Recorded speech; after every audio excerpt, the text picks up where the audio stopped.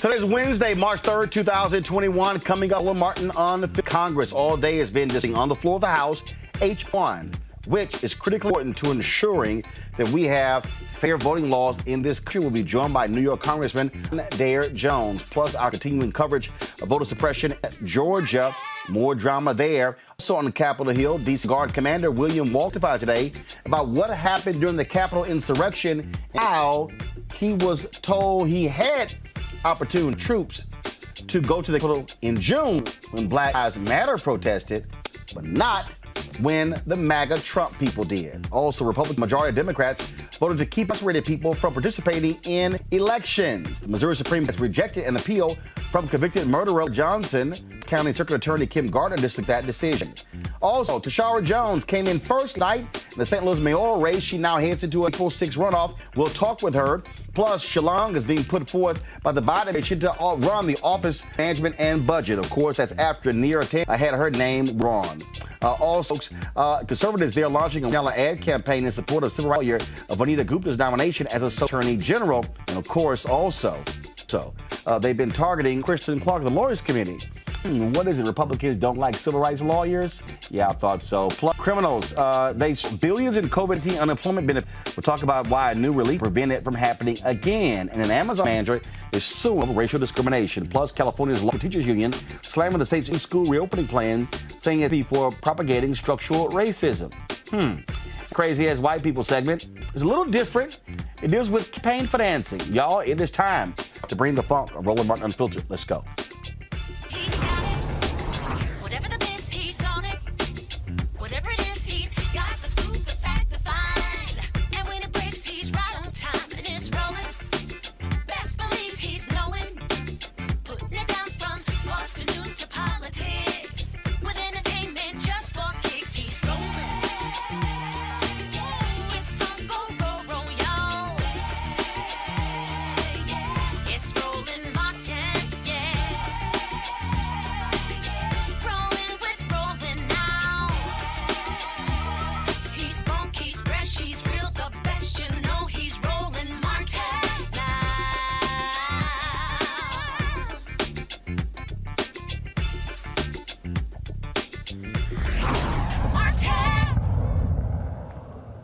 All day today on the House floor, been debating H.R. 1, a voting rights overhaul that would ban gerrymandering, voting rights protections, and impose new rules on campaign finance. And more. If passed, it would be the most significant law since the Voting Rights Act was passed in 1965. It was named after the late Congressman John Lewis, who, of course, focused on that for the balance of his. Now, Republicans have been battling for quite some time. The reason this bill is important is it took place when the Supreme Court in 2013 invalidated the Shelby v. Holder decision, which stripped away most in 4 of the Voting Rights Act. So the court also this week heard challenges to Section 2 of the Rights Act. This bill is important because it stopped a lot of suppression happening in states like Georgia. The question is, will Dems in the Senate, like Kristen Sinema and Joe Manchin and Einstein, stop supporting the filibuster for some insane reason? That's the only way this is going to get passed. Joining me right now is New York Congressman Dare Jones. Glad to have you on Roland Unfiltered, and certainly congratulations on your election. This is called H.R. 1 for a reason. I have been saying after the co-leaf bill, this needs to be first. Next up, the George Floyd Justice Act. This is critically important because we are seeing in 43 states across the Republicans trying to launch the biggest voter suppression against black folks and others since Jim Crow. That's exactly right, Roland. And it's so awesome to be here today with you and viewers. But this is unlike anything we have seen, at least since the Civil Rights Movement. And I was so grateful to hear you drive this bill, the For the People Act, as the most significant voting rights legislation since that Voting Act of 1965. This bill is a huge piece of legislation, and it contains a lot of things. The stuff that I tend to emphasize are automated registration, which would entice an additional 50 million people nationally, an end to the partisan gerrymandering of congressional districts, and the substitution of independent redistricting commissions so that Republican-controlled legislatures, of which there are many in the United States of America, don't dilute black voters by throwing them all into one district or by scattering them across multiple districts. This legislation included public financing of congressional elections. One of the reasons people, when they get to the United States Congress, debate the need for $2 survival checks in the worst economic crisis, the Great Depression, is because they are completely untethered from it. Congress is full of millionaires who disproportionately are the folks who are able to win congressional elections. I know firsthand, not as a millionaire, but as someone who did the odds and defeated a billionaire who spent $5.4 million of his own money in the race, and a lot of folks didn't think I could win. I should not be the exception to the rule. We need more working class elected to the United States Congress, and of course those folks will disproportionately be people of color, and we'll get more representative policies coming out of the States Congress that improve the lives of everybody, including racial justice. It's a shame that it's taken them to do something like the George Floyd Just Policing Act, as well as the other great things that we need in this country. The thing here, when we talk about what they're doing, and I don't think white Democrats really understand what's at stake here. When you talk about the Supreme last year and their ruling on partisan gerrymandering, Supreme Court allowing there to be the purging of voters. If Republicans are able to do this, and if they are able to win the House next year, and that's doable, if they're able to take back the Senate, they could then put into law bills solidifying their voter suppression, and with them controlling the Supreme Court at 6-3 conservative majority, that could very well shut us down when it comes to voting and making it difficult next 10, 20 years. This is real. It's a true emergency in this country. This is existential stuff. We have one major political party being the Republican Party, that because unable to compete on the merits of its policy ideas, has devoted itself to disenfranchising large swaths of the American electorate. And by that, I mean black people, Hispanic people, young people, and lower income people, like families I grew up in. This is very deliberate stuff that's being done. We've now hundreds of bills in the wake of free and fair election that resulted in President Biden and Vice President Kamala Harris introduced in state legislatures all across this country to make it more difficult for black young people to vote. You're absolutely right.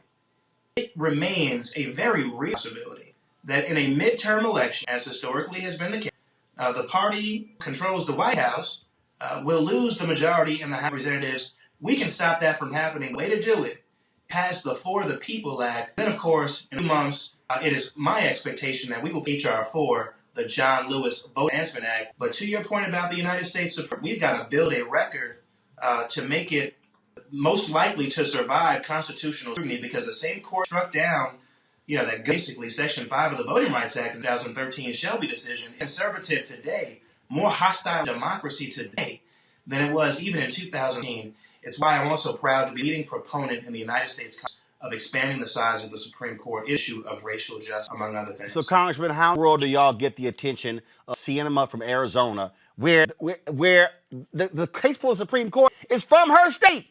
How do you get the attention of Joe Manchin to understand, and also Senator Feinstein, that this laying at the feet, loving, we gotta have bipartisanship with the filibuster, screws us, and actually it screws the party, because if the Republicans win next year, 2022, they're in the minority. How do y'all get to them to understand that you're not going to get 10 votes? Let's just be real clear. You're not going to get 10 Republican votes in the Senate. It ain't happening. The only way the House passes this, the only way this becomes law, is if 50 Democrats stand together and and get rid of the filibuster to pass this law and send to President Biden for a signature. These Republicans in the Senate and in the House are people who mostly not even acknowledge President Biden was the victor in that presidential election. And despite nearly dying on January 6th in that violent white supremacist-led insurrection at the Capitol that I led along with the rest of them in the House, they declined overwhelmingly to acquit a former president of the United States. So these are not people who can be engaged in good faith, looking for that. And so I completely that we need 50 Democrats in the United States Senate that they did not run for just to do nothing when they got there, and that the thing they ran on are only possible either reforming, repealing and I remain optimistic that they will come to that conclusion. I look at someone like Amy Klobuchar, who was no one's progressive in the United States Senate, who said, you know what, enough is enough. we've got to pass legislation. Our Republican colleagues are not good faith actors. We've seen time and time again the bill was not meant to block progress urgent by the American people. And of course, I look at someone like Kirima, a history maker in her own right in the LGBTQ community. I'm sure she wants to pass the Equality Act to finally enshrine in federal anti-discrimination law protections for the LGBTQ community, and so on and so forth. We look at the popular $15 minimum wage and COVID relief bill, generally 77% of today of the American people support. Talk about bipartisanship. So I remain optimistic that they either reform or repeal of the filibuster, even today, are not saying. But that means we have to continue to make our views loud and clear, and the American people must rise up and hold folks accountable at the ballot box. All right. Congressman Mondaire Jones, I know you guys got voted all day. We really appreciate you joining us right here in Roland Unfiltered.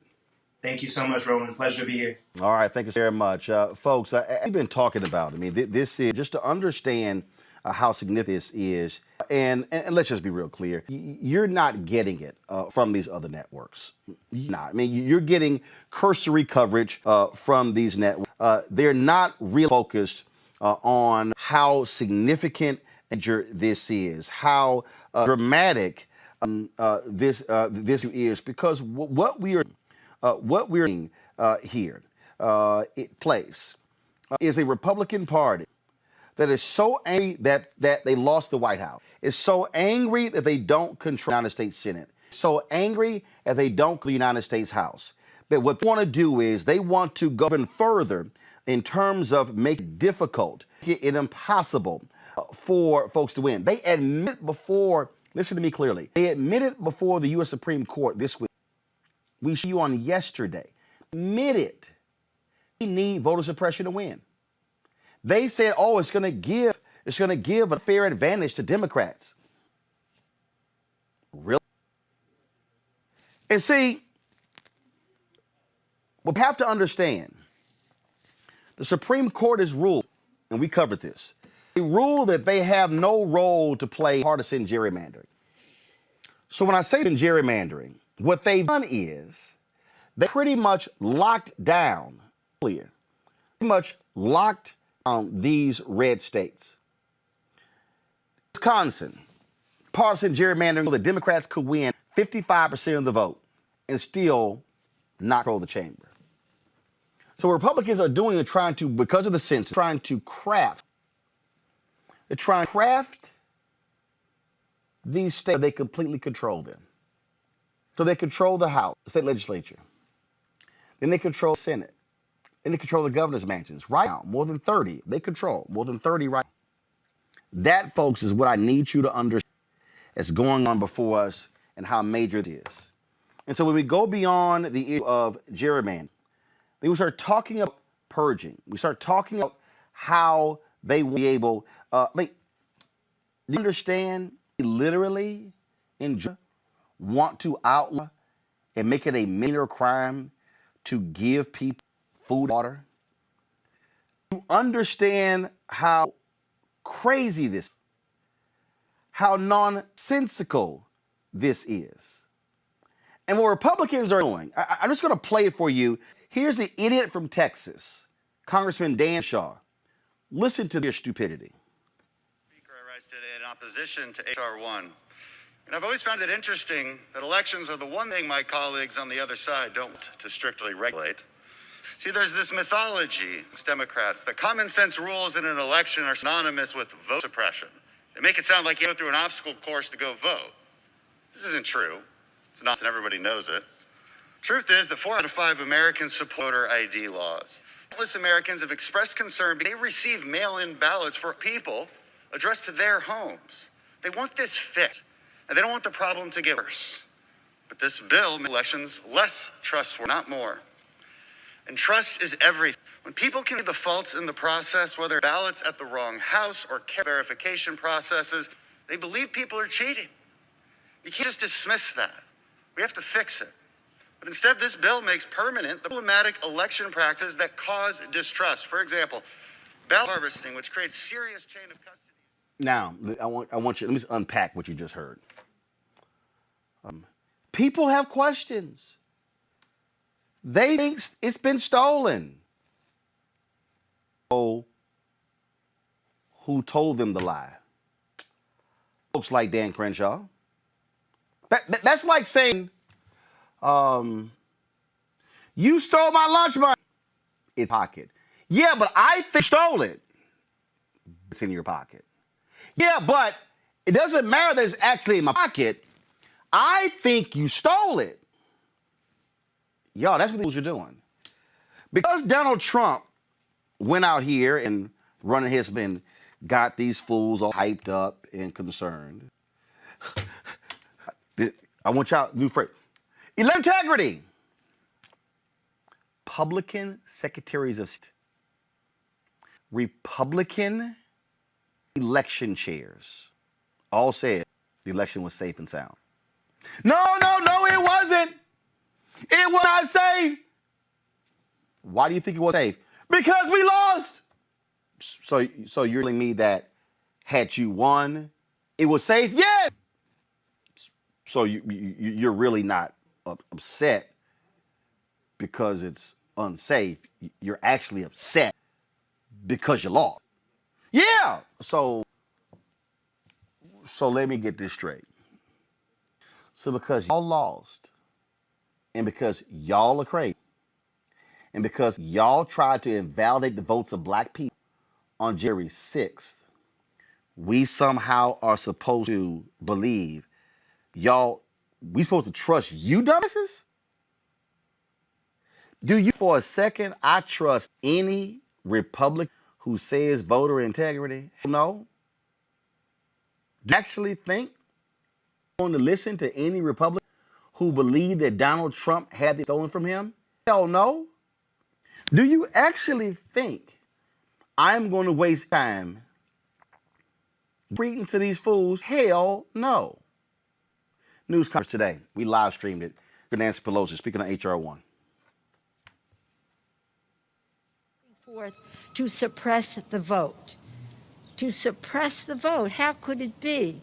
How do we pledge allegiance to the flag in this capital, this temple of democracy, while at the same time supporting voter suppression across the country?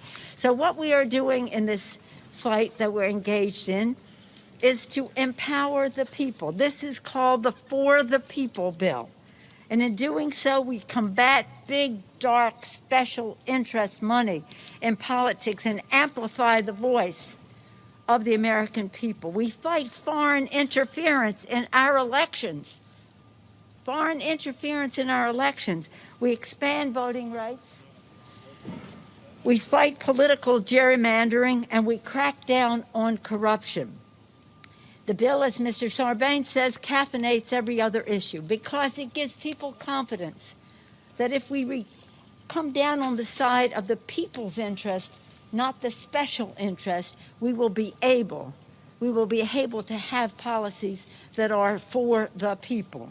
Policies to help us build back better, to end a pandemic and address economic disparities, end gun violence, and by promoting gun violence prevention, which we hope to do shortly, to have a national reckoning on racial injustice and to address the surging climate crisis, just to name a few issues that are affected, and again, to raise the minimum wage, just to address a few issues that are affected by big, dark money weighing in the Capitol. Let's go to my panel. A. Scott Bolden, Chair of the National Bar Association Political Action Committee, Presley, Crisis Manager and Law, Robert Patillo, of course, with the Rainbow Push Peachtree Street Project in Atlanta. All right, folks, let's really unpack this, and I want to start with this here. Who the hell needs to have a coming to Jesus conversation with Sinema, Manchin, and Feinstein? Is it Schumer? Is it Biden? Because I'm going to tell you right now, Robert, the same Democrats, they are asking for 50 to 100,000 people to come to D.C. and let them feel that heat. If they sit here and not move on this bill once it gets past the House. You're absolutely right. You know, there's a line from Hamilton where they say we're in a battle for our nation's very soul. That's where we're at as America. And it's no longer Republicans and Democrats. It's the American people, the MAGAs. And they are not going to give up, not going to stand. They will fight to the death. The Libertarian Party has decided to no longer be a political party. And let's just look at the numbers. The last 17 years, Republicans have not won the pop in any presidential election since 2004. Our high school seniors who have never seen a win the popular vote in the presidency. If you want to go back further, before 2004, it was 98 the last time the Republicans won their vote in America, meaning the last 32 years won the popular vote one time. Right now, the Republican senators represent about 41 million fewer American people than the 50 senators. So what they understand, they are no longer a majority party. They represent majority ideas in the American people. And for that, we have to use things such as racial gerrymandering, voter suppression, and other schemes in order to win elections. Donald 2020 did not even attempt the popular vote. He simply carved a thin electoral map that would win re-election for about 66,000 people. 66,000 was really the margin of victory for Biden, because even though he won by 7 million votes, it really came down to about 66 votes in the swing states of Georgia, Pennsylvania, Arizona, and Nevada that won him the election. So what Republicans understand is they can and will not allow anything such as the John Lewis Act to go through. Cannot and will not allow any initiatives to reform the vote, because if there was a fair election system in America, as Trump said, if we had to that level, we'll never win again. As Ted Cruz said, if you allow that many people to vote, we will win elections. As was Supreme Court today with regards to the air voter suppression laws, that they are at a competitive advantage the more people that vote. So for these reasons, I think you have to Feinstein and Sinema and Manchin and help understand that your political is not as important as the future of democracy. Your political is not as important as the republic. And if you have to go down in 2022, supported the cause of justice and diversity in this nation, then so be. Stand up for what is right and move the nation forward. And until and unless happens, we will end up with a mere minority rule that pervades to the most extreme of society. And that is where we are at now. We're simply accept mathematics and simple physics, which says Trump lost the election. Those people around you have to end the filibuster. Is legislation passed. The thing here, Monique, is if you're cinema, your ass will lose in 2020 if no action is taken. This section 2, they're targeting Latinos in the West. That's how she won. That's how Mark Kelly won. That's how Biden won. I mean, I'm just trying to understand, what the hell world are they living in than the rest of us? Do they not see what Republicans are trying to do all across the country? In Arizona, the governor expanded the state Supreme Court 3 or 4 years ago. What the hell? I ain't even from Arizona, and I see and game recognized game. I was waiting for a question. Hi, everyone. That was the damn question. That was the question, that was the statement, and the sermon. It was definitely statement and sermon. Here's the thing. The filibuster is one of those feast or famine type issues. And sometimes our members of Congress are thinking about, yes, we want to get rid of it now because it helps us as we are in power. But if we are not in power in 24 months, what will things look like? How many things will be pushed through, railroaded through, that we would have wished we had the power to stop? So I don't think it is that these particular members are ignoring their constituency or don't stand for these concerns. We know that they do. We know the history of these members. These are things, issues that they support and legislation that they support.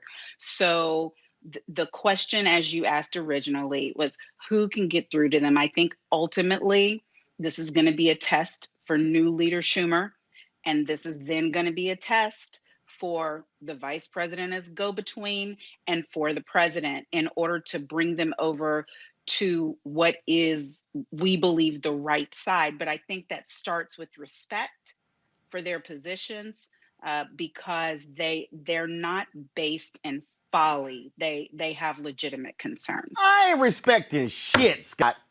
No. Here's the deal. Republicans had no problem getting rid of the filibuster for Supreme Court justices. Now let's go back. They love to say Harry Reid is the reason why we have the problem. No, Senator Harry Reid, when he was majority leader, he said, Republicans, y'all are stopping Obama's district judges. Y'all are stopping the circuit judges. Okay? Reid said, kept waiting, he kept pleading. Republicans like, hell no, we blocking everybody. He then, nuclear option for those judges, kept it in place for appeals court judges as well as for Supreme Court justices. Republicans, it's not right, it's not fair, this is just wrong, you shouldn't be doing this, this is against our rules, this is not partisanship. So what happened? McConnell blocked Merrick Garland. They say we like Trump wins, he gets the seat. All of a sudden, Ruth Bader Ginsburg dies. What did McConnell do? Did McConnell respect the filibuster? Did McConnell, was he concerned about the norms and procedures and the process? Was McConnell concerned? Follow me here to what Monique just said. Was McConnell worried about them losing in 2020? Yeah, that's why he did it. And guess what they got? A Supreme Court justice who's young, who they want to be there for the next 40 years.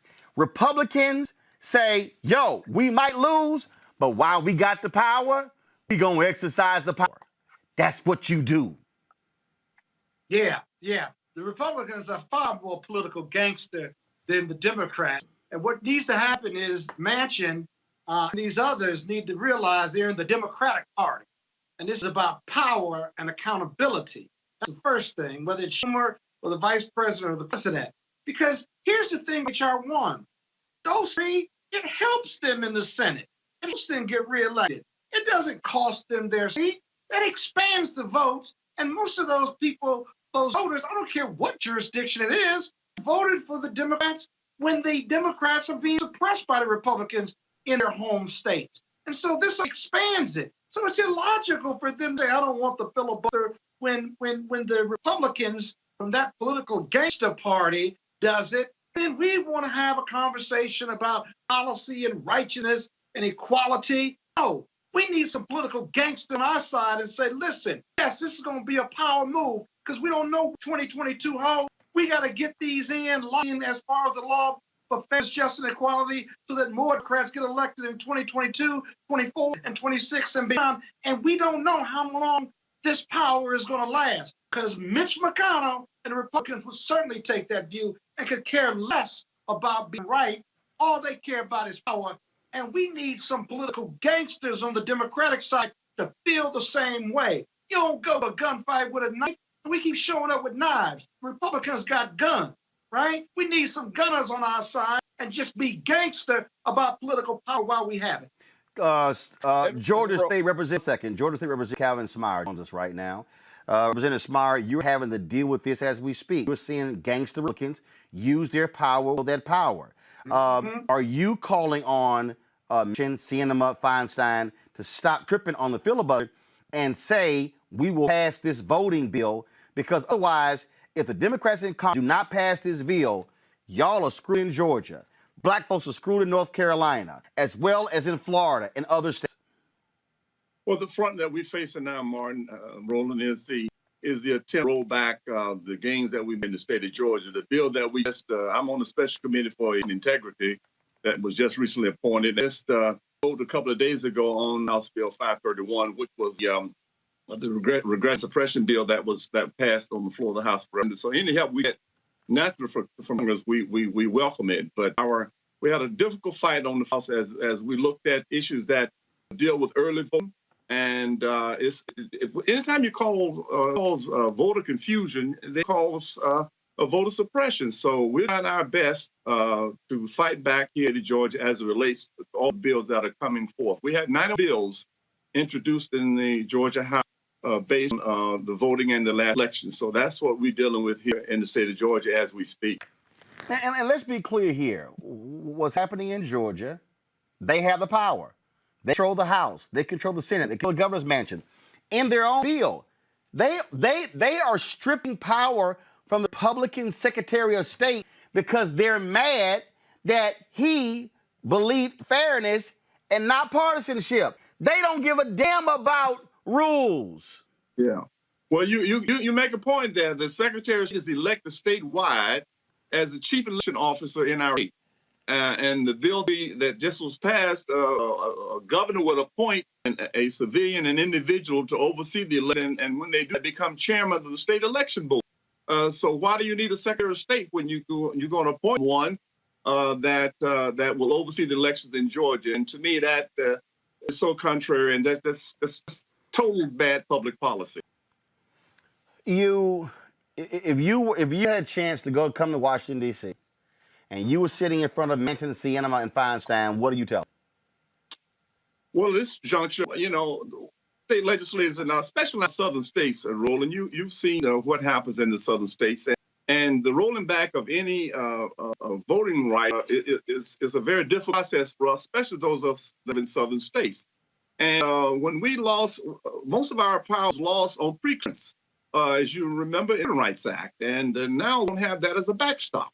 So what troubles us mostly in the states is that when we face reapportionment, we're ready to now to apportion later this year entire House and Senate here in the state of Georgia, and we don't have a pre-clearance as a backstop, and so we don't have the Attorney General nor the Justice Department to assist in that process. To me, that is one of the most needed weapons that we had in this. But when the Republicans took the national level, of course, they eliminated pre-clearance. So we can use all the help we can here when it comes to the political situation in our southern state. And you understand that scenario. And now we have House, the Senate, and 1600 Pennsylvania Avenue. It's one of those things that anytime we can get some assistance, we certainly would appreciate. And because the Supreme Court invalidated Section 4, you don't have pre-clearance. That means whatever action they take on districts, y'all can't. They control the whole process. I mean, what can y'all do? Bingo. I mean, you hit the nail on the head. Without pre-clearance, the only thing we do is go to the courts. We have no relief as it relates to the Justice Department because of the court decision. But at the same time, I think there needs to be some communication, some discussion between the members of Congress and the various southern states, because we do need relief, and we do need this because controlling the House, the Senate, and the governor's office, we have such a handicap. And now that we have all three branches of government at the federal level, now's the time to provide any kind of relief that can send our way. Now's the time to do it. Representative Kavanaugh of Georgia, we surely appreciate it. Thank you so very much. Thank you, Roland, for the thought you're engaging. Thank you very much. Thank you very much, folks. Today, Terry Sewell represents the of Alabama. This is what she said about H.R. 1. Proud representative of Alabama's Civil Rights District, Birmingham, Montgomery, and Selma. It is my honor to be the lead sponsor of H.R. 4, the John Roberts Lewis Voting Rights Advancement Act, which, along with H.R. 1, will restore democracy for the people. This Sunday, March 7th, we will commemorate Bloody Sunday. Our nation will reflect on the extraordinary sacrifices made by ordinary Americans in my hometown of Selma, Alabama. These foot soldiers were beaten. They shed a little blood on a bridge in Selma, daring to march for the right, the equal right to vote for all Americans. Never did I think that the cause for which our beloved colleague, Congressman John Lewis, and the foot soldiers, the cause for which they marched 56 years ago, the Voting Rights Act, would again require congressional action to restore its full protections. This reminds us that progress is elusive, and every generation must fight and fight again. As we see in the state legislatures across this country, and even in a court case before the Supreme Court this week, the right to vote is under attack. We know that our democracy works best when everyone can participate fully. But we also know that voter suppression is alive and well. Old battles have become new again. The legacy of the foot soldiers like John Lewis requires that we pick up that baton, and the baton of voter access, the baton of voter equality, and we continue the next leg. Their cause is now our cause too. Progress is only made when we demand it, when we fight for it. John said, ours is not a struggle of one day, 1 week, or 1 year. Ours is a struggle for not just one judicial appointment or presidential term. Ours is a struggle for a lifetime, and each and every one of us must do our part. We in Congress, we leaders must lead, but every American must vote. We need to make sure that access to the ballot box is assured by everyone. As I close, I am reminded of John's last visit to the bridge. Every year we had an opportunity with John and Faith in Politics to go on a pilgrimage. John, last year was the 55th anniversary, and many of us didn't think he was going to attend, but he did. He did. John fights for what he believes in, and he stands up in times of good trouble. I want to remind all of our colleagues of his last call to action on that day. Stricken with cancer, John said, never give up, never give in. We must keep our eyes on the prize. We must pass H.R. 1 and H.R. 4 and truly restore democracy to America for the people. Robert, final round of comments on this here. Again, this represents an existential threat. If Democrats Senate don't take this, they are guaranteeing they're going to lose in 2022. You talk about the opportunity, Pennsylvania, North Carolina, Wisconsin. They could pick up 3 seats to expand that majority from 50 to 53. If they don't have the protection, they could lose anywhere from 3 to 4 seats.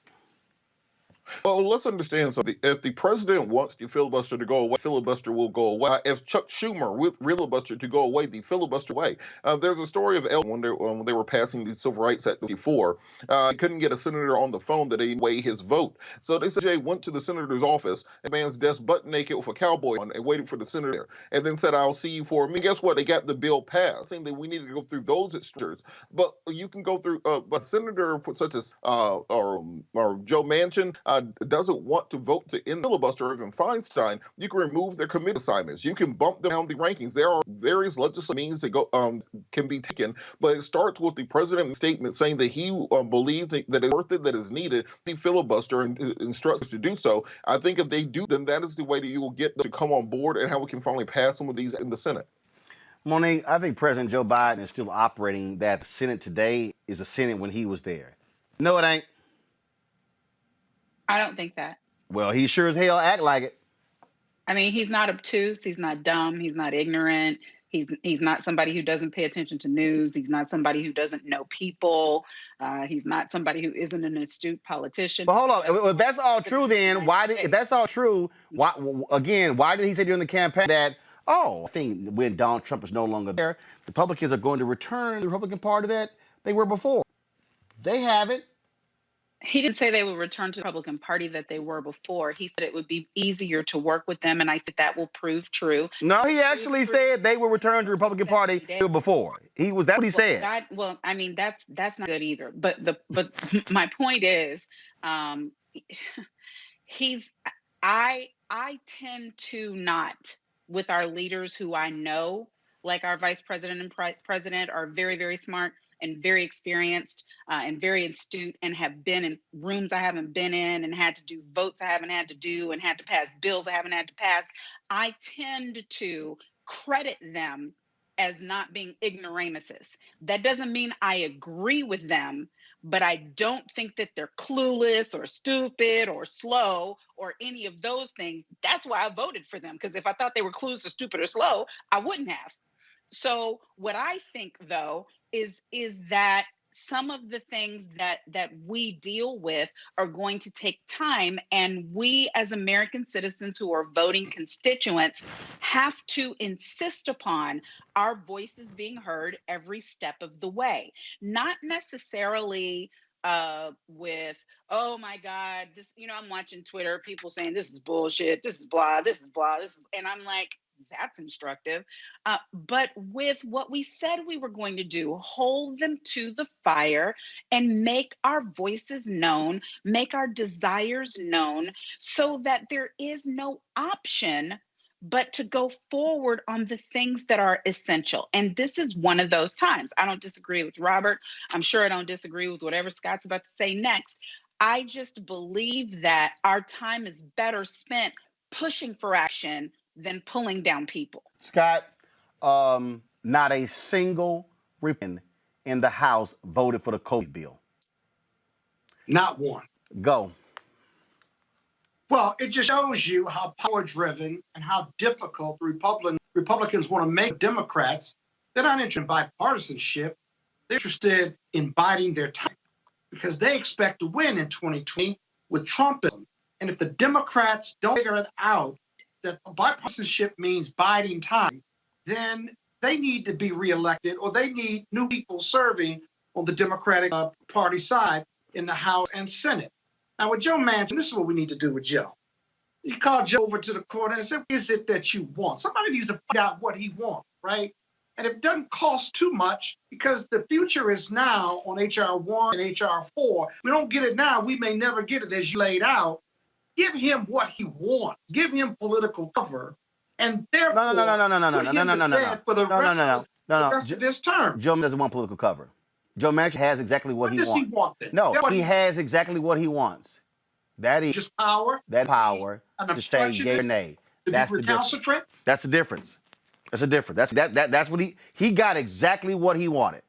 He is. Well, if he's going to, he's got a new name, enabler of the Republican Party, while the Democrats are in power. I got you. He needs to just say he's a Republican then. Well, chief enabler then. Well, keep in mind the West Virginia won as a Democrat and then flipped to Republicans when Trump got in. We'll to break when we come back. We'll talk with Shara Jones, who last in first St. Louis mayoral race. Now she moves on to the runoff. She's next on Roland Martin Uncensored. Donald Trump is not done dividing America.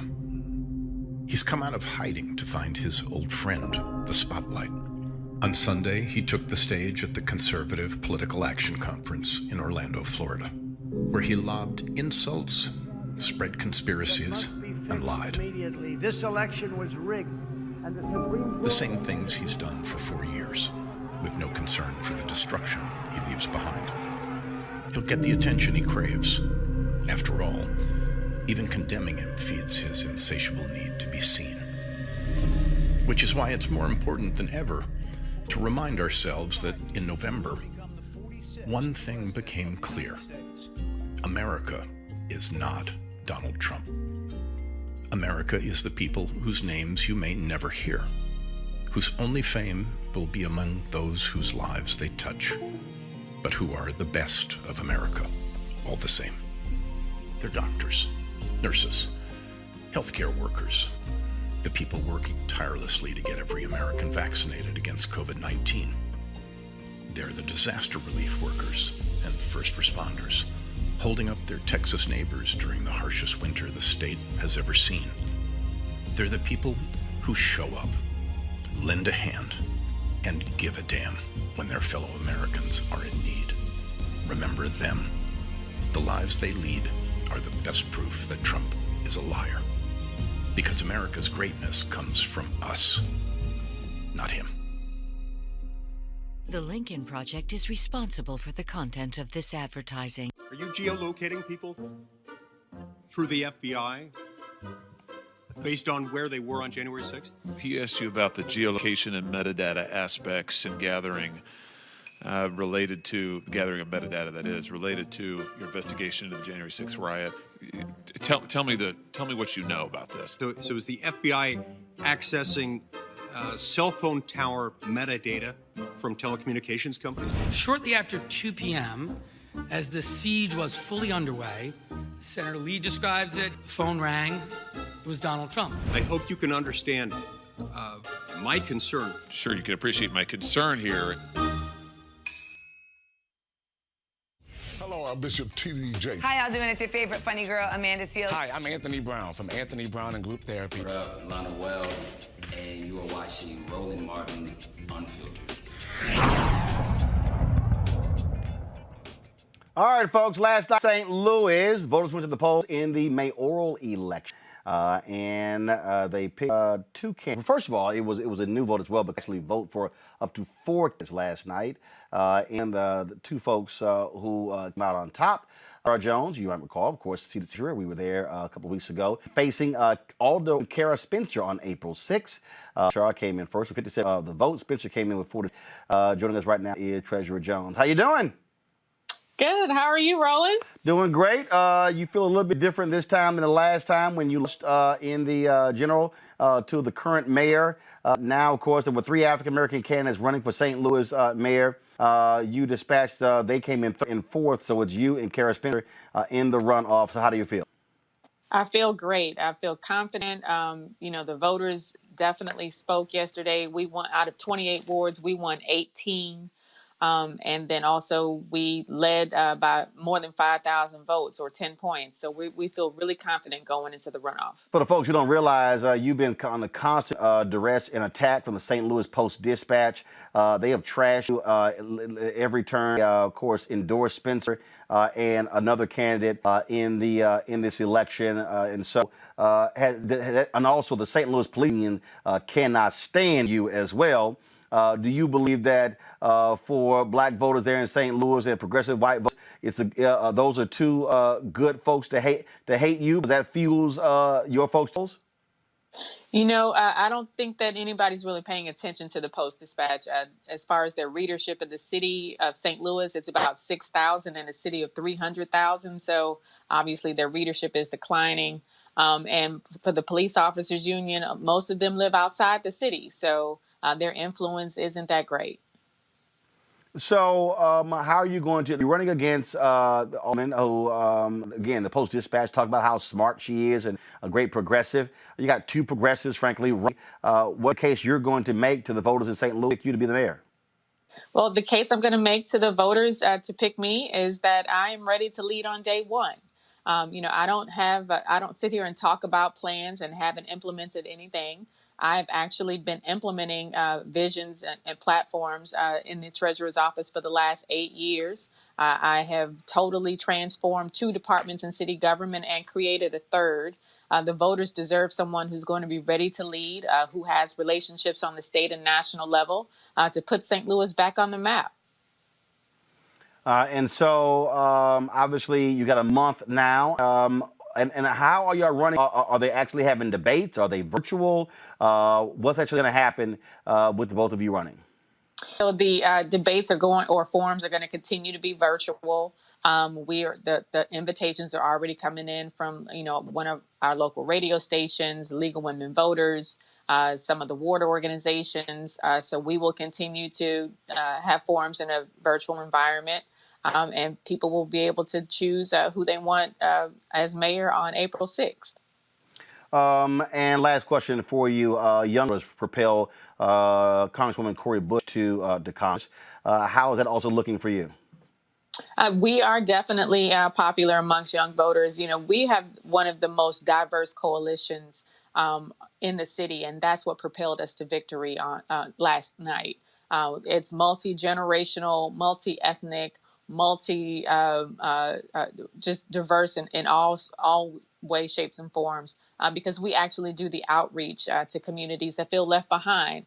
We translated our campaign materials into Bosnian, Spanish, and Mandarin, which are communities that are growing in St. Louis, to let people know that we see them and that we appreciate their seat at the table.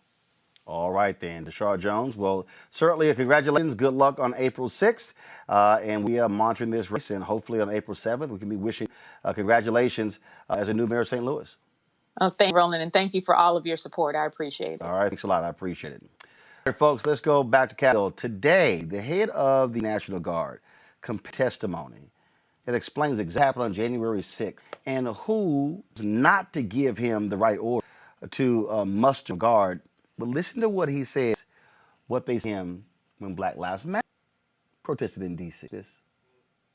I appreciate the opportunity to appear before you today to discuss the events of January 6th, a dark chapter in our nation's history. I was personally sickened by the violence and destruction I witnessed that fateful day, and the physical and mental harm that came to U.S. Capitol Police officers and Metropolitan Police Department officers, some of whom I met with later that evening, and I could see the injuries that they sustained. It is my hope that my recollection of the events and my presentation of the facts as I know them will help your committees in its investigation and prevent such tragic events from ever occurring again.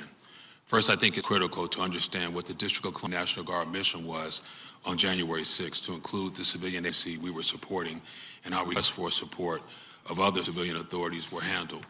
On December 31st, 2020, the District of Columbia National Guard received written requests from the District of Columbia Mayor, Muriel Bowser, and her Director of Homeland Security and Emergency Management, Dr. Christopher Rodriguez. The request sought national support for traffic control and crowd management for planned demonstrations in the district from January 5th through January 6, 2021.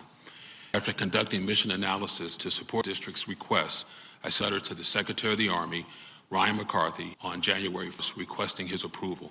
I received that approval in a letter dated January 5th, granting support to the Metropolitan Police Department for 320 Guardsmen personnel to include a 40 personnel quick reaction force.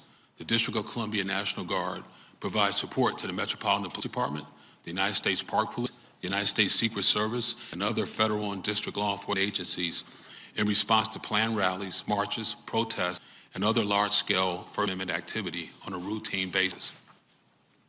A standard component of such support is the stand-up of a site quick reaction force, an element of guardsmen held in reserve with civil disturbance risk equipment, helmets, shields, batons, etc., posture to quickly respond to an immediate need for assistance by civil authorities. The Secretary of the Army's January 5th letter to me held that authority for me to deploy a quick reaction force. Additionally, the Secretary of the Army's memorandum to me required that a concept operation submitted to him before the employment of a quick reaction force. I found that required to be unusual, as was the requirement to approval to move guardsmen so the Metropolitan Police Department to move from one traffic control point to another. At 1:30 p.m. on January 6th, we watched as the Metropolitan Police Department began to deploy officers to support the Capitol Police. In doing so, the officers began to withdraw from the traffic control points that were jointly manned with District of Columbia Guardsmen. At 1:49 p.m., I received a frantic call from then Chief of United States Capitol Police and Son, where he informed me that the security perimeter of the United States Capitol had been breached by hostile rioters. Chief Son, his voice cracking with emotion, indicated that there was a dire emergency at the Capitol, and he requested the immediate assistance of as many available National Guardsmen that I muster. Immediately after that 1:39 call, I alerted the U.S. Army seniorship of the request.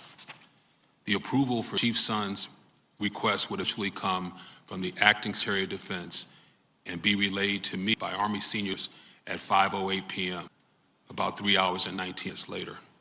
I had already had guardsmen on buses at the Armory ready to move to the Capitol. Consequently, at 5:20 p.m., less than 20 minutes, the District of Columbia National Guard arrived at the Capitol and were being sworn in by the United States Police. We helped establish the security perimeter at the east side of the Capitol to facilitate the resumption of the joint session of Congress. In conclusion, I am grateful for the guardsmen from the 53 states and territories who supported the District of Columbia National Guard Operation Capitol Response, helped to ensure a peaceful transition on January 20th. In particular, I am grateful for the timely assistance from our close neighbors from Virginia, Delaware, Maryland National Guard, augmented D.C. National Guard forces in establishing the security perimeter. I am honored to lead these citizens and airmen. These are your constituents, many of whom left behind their families, careers, their education, their businesses, to help ensure the protection and safety of the United States Capitol, those who serve in it every day. General Walker, I'll start my questioning by going back in time a little bit prior to the events on January 6th. So my question is, in June of 2020, as violence was escalating during the summer protest, were you able to immediately receive approval from the Secretary of the Army and the Secretary of Defense to deploy National Guard to assist law enforcement at that time? Senator Peters, I was. Yes, sir. The Secretary of the Army was with me for most of that week. He came to the Armory. I was in constant communication with when we were not together. So you were immediately able to receive approval June of 20. From your testimony, I want to be clear. Were you able to immediately receive approval from the Secretary of the Army and the Secretary of Defense to deploy the National Guard on January 6th? No, sir. In your opening remarks, you said that a January 5th memo was unusual. Could you explain to the committee why it was unusual and what was the impact of the memo that you received on January 5th? So the memo was unusual in that it required me to seek authorization from the Secretary of Army and the Secretary of Defense to essentially even protect my guardsmen. So no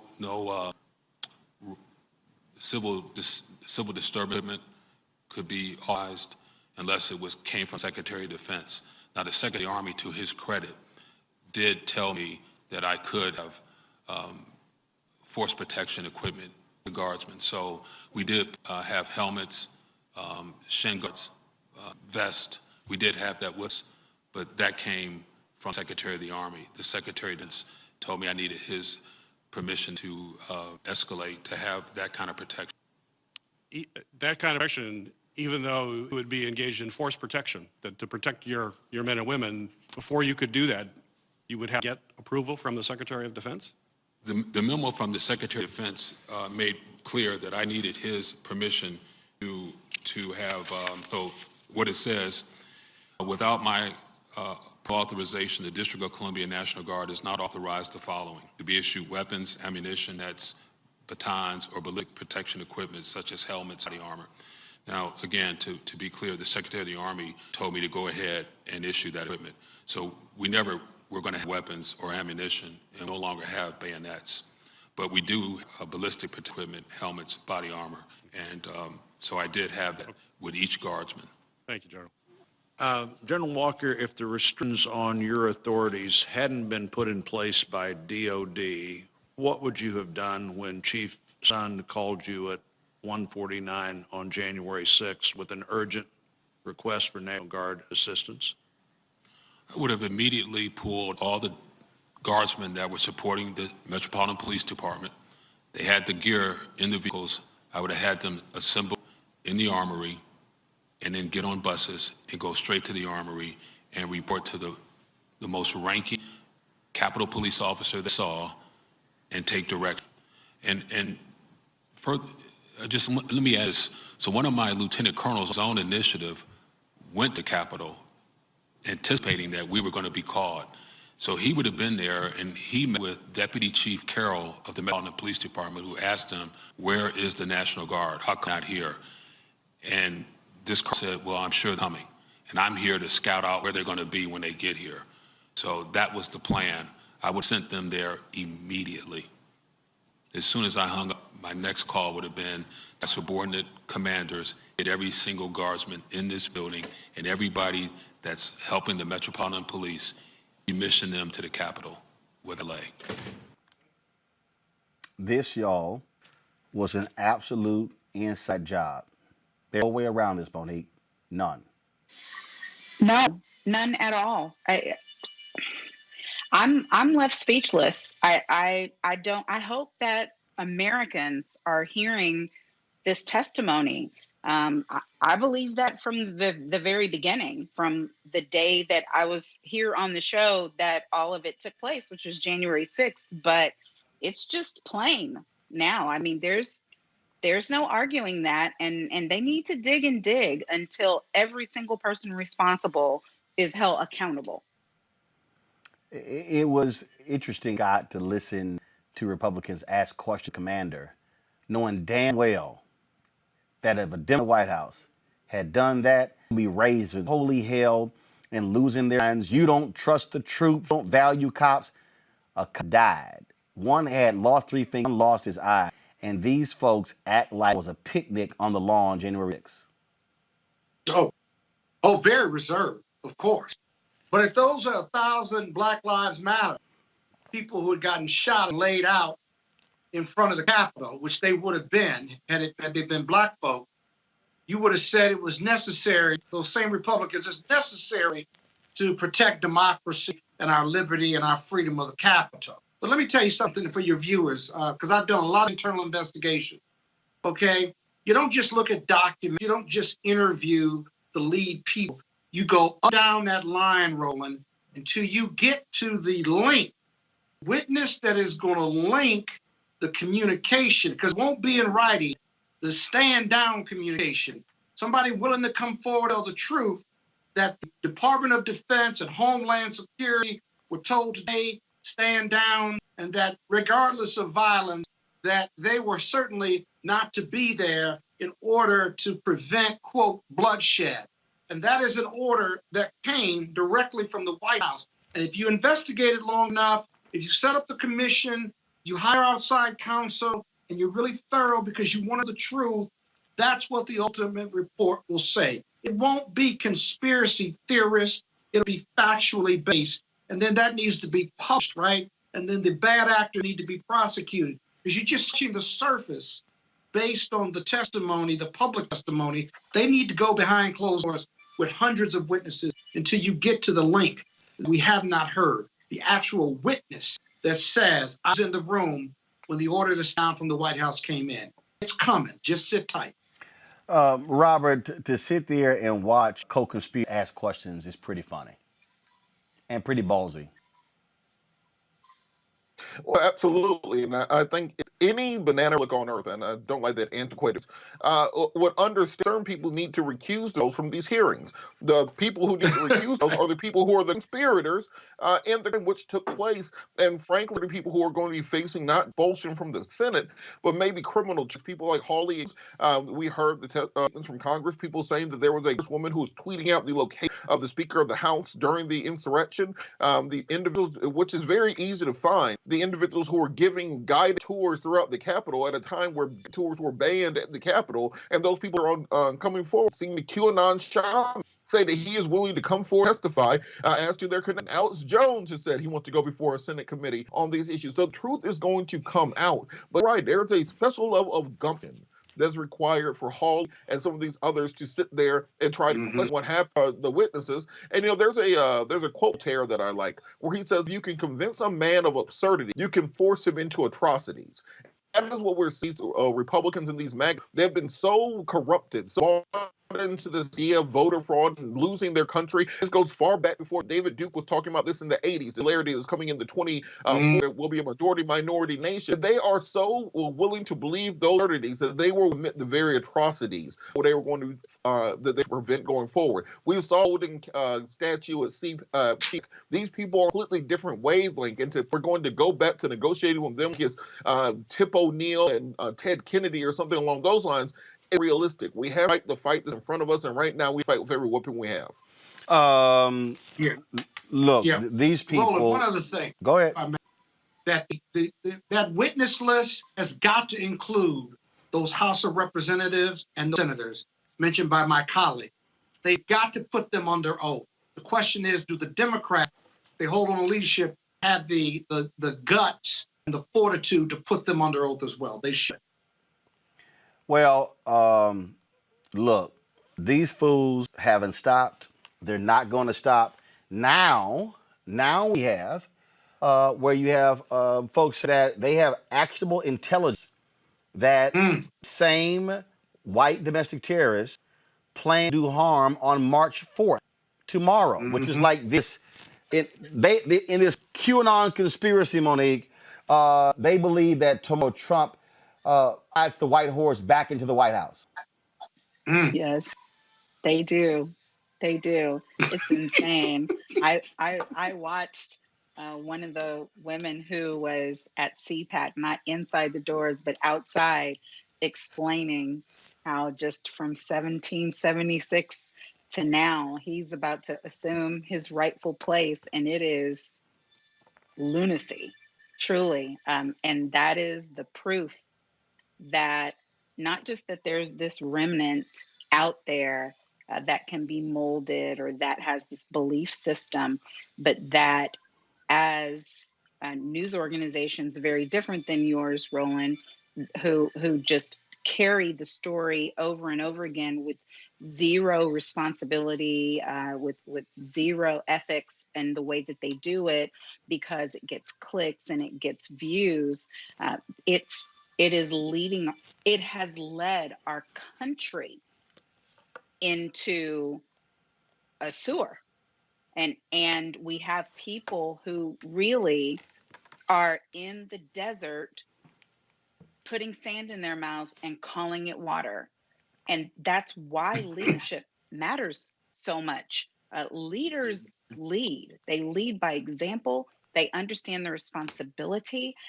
There are rules, there are boundaries. As President Obama, President Biden will say, we don't have to agree on positions, but we got to agree on the same set of facts. And that's not where we are. As Robert just said, no, it's very binary right now. They're in an entire different world. They have created one for themselves with an alternate type of system and facts. And anytime they start losing people, they create. So see, it was supposed to happen on Inauguration Day. And since that didn't happen, they were losing people. They came up with March 4th. And so there's no reason to think that all of these people that are in the black market, that are the underbelly of the internet and of the web, the dark web, there's no reason to think that they are not being spurned on by current members of Congress, prior members of the administration, in order to do their bidding. I mean, look, if you want to see the kind of idiots that we're dealing with, this is the kind of idiot in Missouri. And I'm doing this for a reason, because this impacts the next story that we're doing. These are the kind of idiots who are appealing to these deranged white domestic terrorists. Listen to Josh Hawley. Speaking of being canceled, the last 6 weeks, the radical left, their corporate allies, the liberal media have tried to cancel me, censor me, expel me, shut me down, stop me from representing the people of Missouri, me from representing you. And guess I'm here today. I'm not going in, and I'm not backing. Not a chance. Not a chance. And neither are you, am I right? You're not going to back down. You're not going anywhere. I just want to say to those people who, speaking of being canceled, the last 6 weeks. This is the person who, for a civil rights pro, a St. Louis prosecutor, Kim Gardner, last year. This is over those idiots McCloskeys who pulled the guns out when they had the protest there in St. Louis. Now, and just to understand again the crazy level that's happening there in Missouri, listen to this. Okay, the case of Mark Johnson, black man who Kim Gardner says she believes was wrongfully convicted for murder over 25 years ago.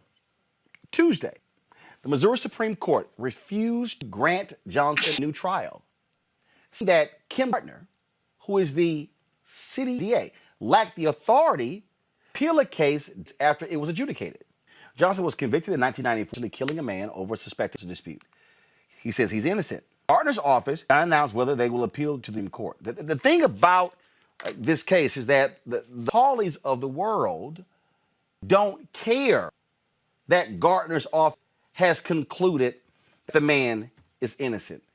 These Republicans in Missouri, Scott, are perfectly content with this black man sitting in jail to have a prosecutor come forward and say, we have investigated and this man is innocent, saying, don't matter, don't have the authority, we don't care, stay the hell in jail. That's the state that Josh Hawley comes from. And who is Josh Hawley? The former general. And that's the state Supreme Court that he comes from, and where Kim is and where that defendant is incarcerated. You know, you need two to tango.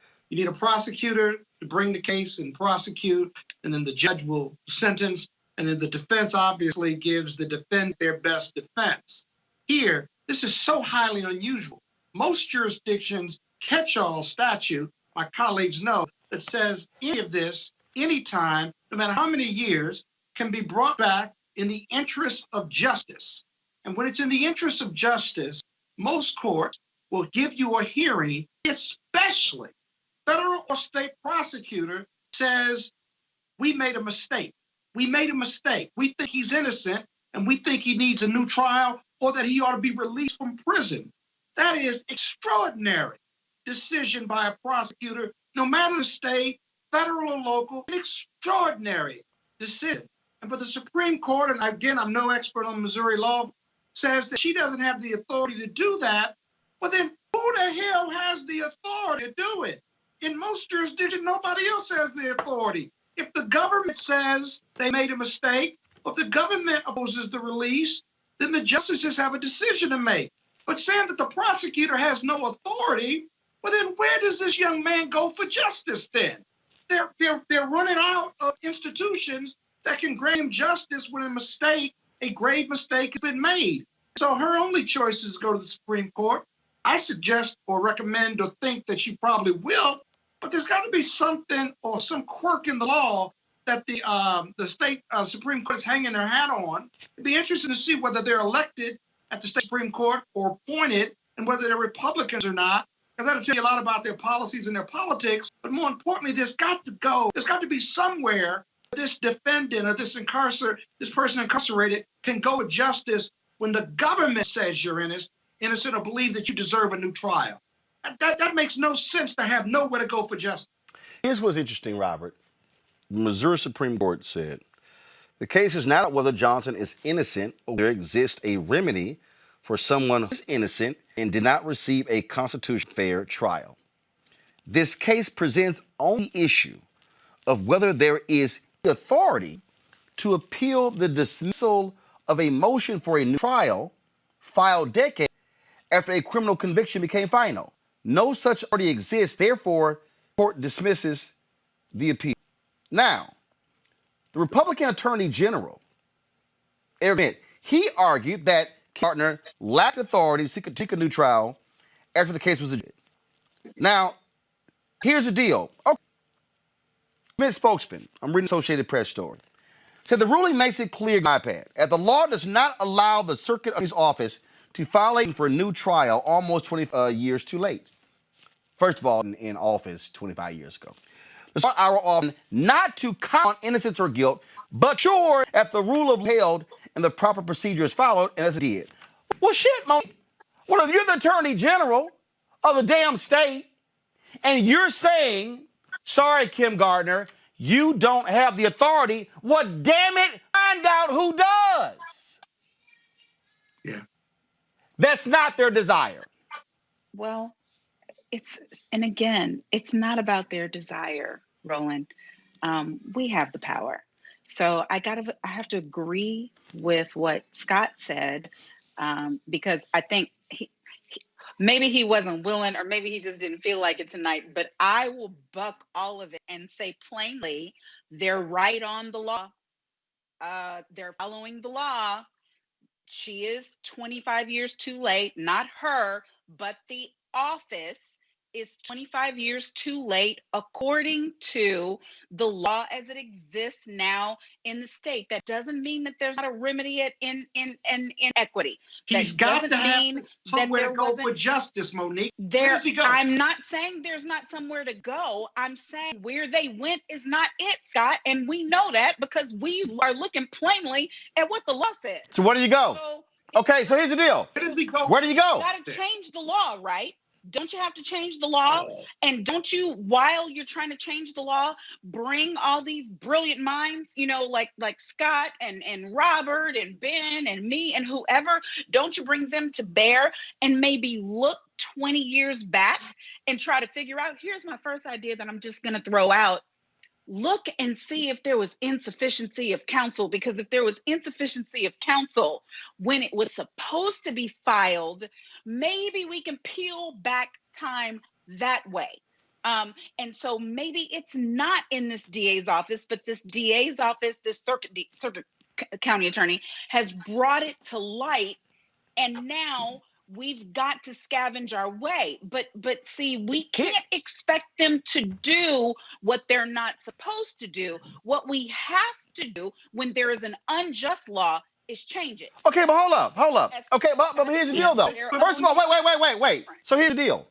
Robert, this is the AP story. Gardner said there was misconduct by one of her office's former prosecutors. That secret payment to the witness that police certified in testimony. Well, damn. You're absolutely So he got to right. sit in jail? Wait. Robert, go ahead. Well, to Nick's point, let's understand that if the law, what the law says, then change the damn law. That seems like that's something they could quit fast and in a hurry. We're talking the Republican Missouri legislature. Right. Roland, okay. I understand, but I started watching this show a couple weeks ago called WandaVision. And it's a show, the White House is everything. And then she goes crazy. She creates her own world in her own universe where she's a troll.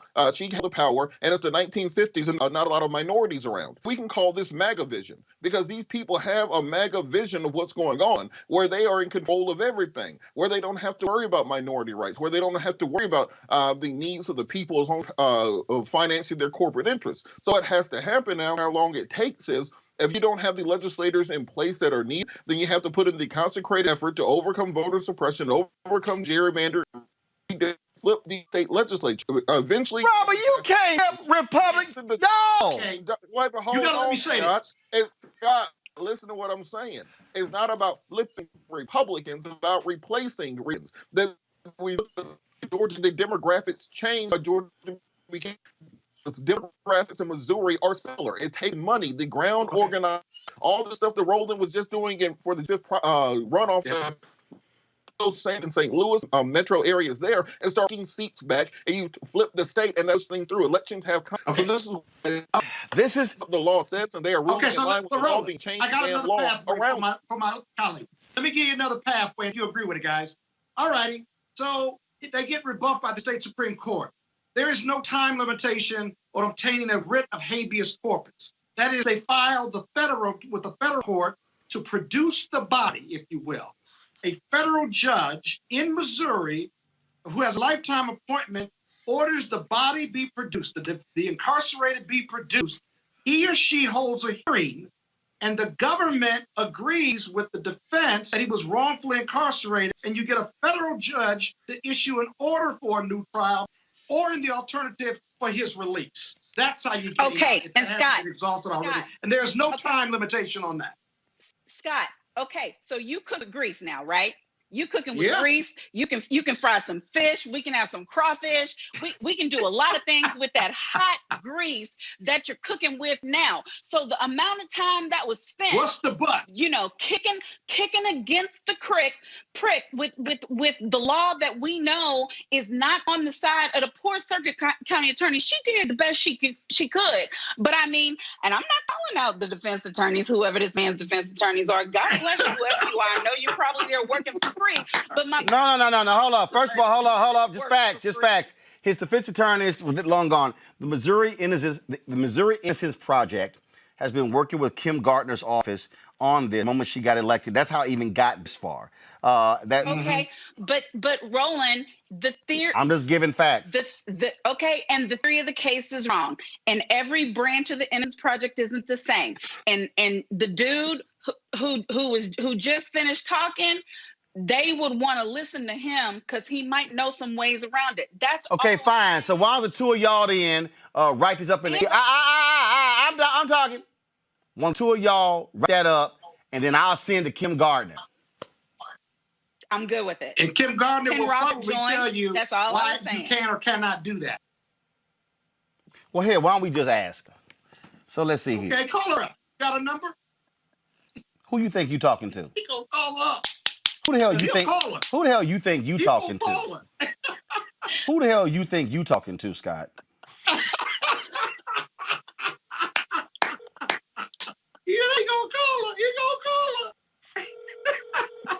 get somewhere. I'm excited about Hey, Kim. this. How you doing? Hey, I'm on the air right now, and we talk about this. I'm literally on the air. We talk about the Lamar Johnson case. So Scott Bolden has a legal idea to try to move the thing forward. You hear what he has to say? Okay. All right. I'm gonna have a control room call you. We're gonna pull you up. Control room, get rid of the call because we're talking about this case. We're trying to figure out, okay, how can we, what action can take, what's next to get this brother free. So they're gonna call you back in 10 seconds. Okay. Okay. Okay. All right. Bye bye. Hold on. I told you he was going to do it. Hold on. He's a mess. Let's go. See, this is why Chelsea, that's the phone number. Y'all call Kim on FaceTime audio or FaceTime video. Y'all give a call right now. See, this also why y'all doing that. That's why we ain't on network TV. While y'all doing that, Network TV, you can't just do this. This is why you guys support a black show. This is why you guys support a black show. We got three lawyers and a journal. See, this right here, why y'all now keep me on the three. This is why y'all support a black show, because you ain't gonna get this on MSNBC, CNN. Solution. The host ain't gonna call somebody on the air.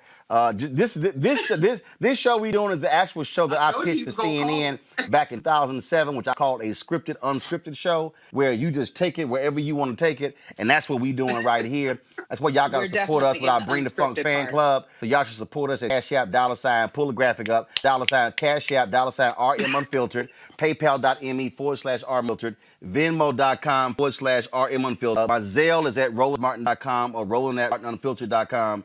So that's how we do it. Pull Kim on audio. I don't need Kim on video. Pull her on audio. All right, Kim. Okay, so Scott, Kim Gardner is on the phone. So Scott, Kim, we've already told everybody the Lamar Johnson case, the Missouri Supreme Court denying it, Attorney General saying you didn't have standing, it was too late. We were talking about with these three lawyers, what's next? Scott says this should happen next. Scott, go.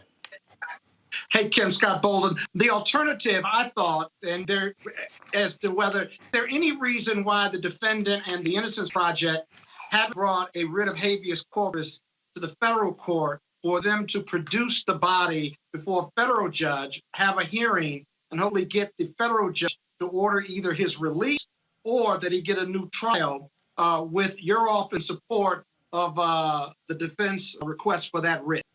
Kim? Yeah, I believe that's a avenue, and that's where I think that we have to find a way, because in case, as you know, this is not about, everybody thinks this is about the rights of, what it is about a wrongfully convicted man, but it's the rights of a prosecutor to correct in job, the constitutional duty, correct a wrongful conviction, and to be true ministers of justice. We take an oath, not just to the laws of the state of free, actually the Constitution. And so you're basically saying that prosecutor finds wrongdoing, has no mechanism, and the procedural bars is so great that we can't do our job. And this is serious. This is whether a prosecutor can actually be minister of justice the thing that we should be. How can we this ruling? Yeah. So Kim, hold on. So Kim, hold on, Scott. Hold on. Scott, hold on. So Kim, you chose to go process to see if you could actually pursue this. You took it to the state Supreme Court. Now that they've said no, you don't have the authority. Now figure out another route. Yes, we will figure out another route. And my goal is, because I think we have to, prosecutors, is fundamental to our job, our duty, and to the whole integrity of the criminal justice system, to find a mechanism to correct the wrong. And we should not be it by just the procedure barriers that we are, the Supreme Court in Missouri. And that's, to me, is devastating, because justice when we secure conviction just should all be obtained and followed through prosecutor even after a conviction is attained. And that's what we talk about, the constitutional oath. Where is that at the Lamar Johnson case? And so like people think it's just about Lamar. It's about a prosecutor's right, duty, that we all know we control a lot in the criminal system, and we're the justice. And so you're basically saying a prosecutor has no duty to wrongful convictions. And I just the Supreme Court. Scott, go ahead. Then Monique and Robert. Scott, go ahead. Which would in fact leave him in legal purgatory in an unjust system, whereby you as the prosecutor knows that he was wrongfully convicted. And so I agree, the short-term effect would be for you to ask for a hearing, and it went to the state Supreme Court, and to see if you could just get just that way. In the alternative, though, seeking a federal court order on the writ of habeas corpus with you supporting the defense motion and supporting the defense in that federal hearing, he produced the body, would seem to be the second most efficient way to do it. And if you could get the federal court to do justice, I don't know what the attorney general, the state attorney general do, or any other political force there, but that defendant has a right to do it. And with your court, you could possibly get them to produce the body, order a new trial, or releasing. And Scott, just to articulate, when you talk about the attorney general that China, this is the attorney general as a part of trying to prevent the certification of Biden and Kamala, president, elect, now the vice president of the United States, the American female. So the attorney general that does not understand the rule of law, does not hold the and supports, I believe, insurrection behavior. We know in Missouri, we have Senator Hawley and others that support the constitutional rule of law. So what we're talking about, justice under the laws for everyone. And in this case, we should correct wrongful convictions, and that's our duty. And we're upholding the law and protecting the courtroom. And the prosecutor is different. We're not here for an individual. We're for the whole into the system. That's right.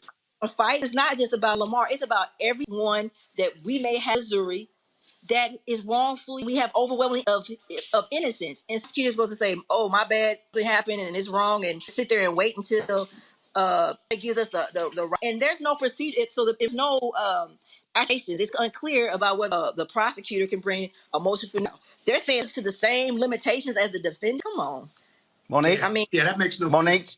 That makes no sense. Just thank you so much, Kim, just for the courage and boldness to be willing to step forward and take this kind of heat when you see that something has been done that is unjust. What we were talking about before you got on, my point of view on it is if a prosecutor doesn't have the latitude that they need because the law is constricting and constraining, then the law needs to be changed. And so it has to be work on all sides. And I don't think that we have to wait and only do one. We can do both things at the same time, or can we not? We have to understand where we are. We are in a time in Missouri, unfortunately, is by the conservative Republicans that want to this rule of law and order, but when it comes to unfairness and justice, they seem to be silenced on case Lamar Johnson. We have a governor right now can look at commuting sentences, but he'll to do that, and he's some low level, knocking the individuals that are seeking commutation or the mechanism, but the cases that the governor is reviewing, I have some concern. But I have concerns on this governor. This is the same governor basically called for allegation with Senator Hawley in terms of a case that we know is I'm dealing with right now.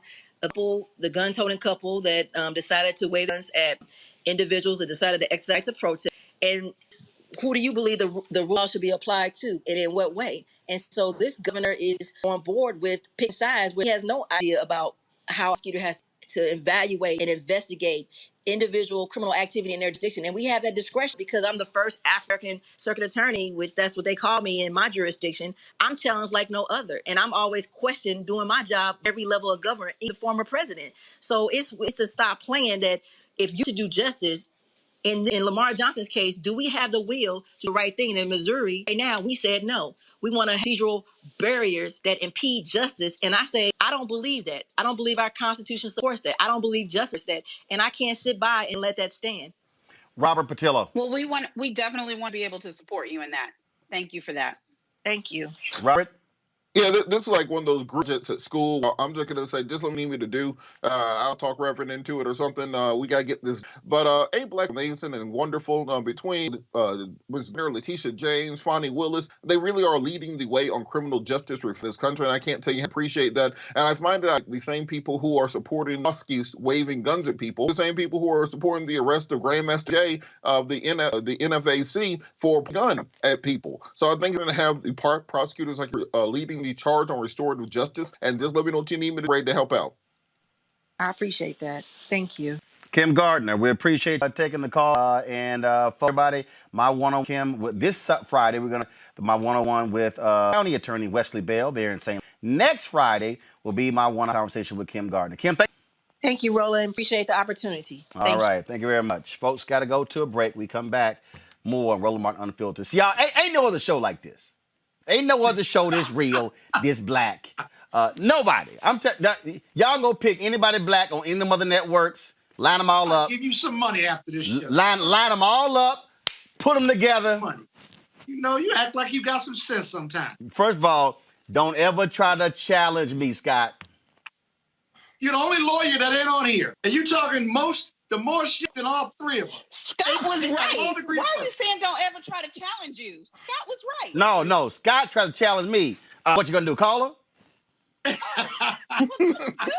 Because then we found out. I knew you were gonna call her. I ain't the one to challenge. See, when we growing up, when we had truth or dare, I ain't never do truth. Good call, brother. Good call. Dare me. H-U, Scott. H-U. You know? No, TAMU, Texas A&M. Oh, God. Yeah, thank you very much. I'll be back. Roland Martin Unfiltered. If people begin to believe that their democracy is fraudulent, if they conclude that voting is a charade, the system is rigged, then God knows what could happen. They rigged an election. They rigged it like they've never rigged an election before. Actually, we do know what could happen. It's happening right now. The U.S. Capitol overrun, under siege. Pro-Trump extremists storming inside, flooding the halls, breaching the floor of the House of Representatives and the Senate. Millions of Americans sincerely believe the last election was fake. It was a landslide election, and everyone knows it. We will not go quietly into the night. When thousands of your countrymen storm the Capitol building, if you don't bother to pause and learn a single thing from it, then you're a fool. I know your pain. I know you're hurt. We had an election that was stolen from us. We got to this sad, chaotic day for a reason. It is not your fault. It is their fault.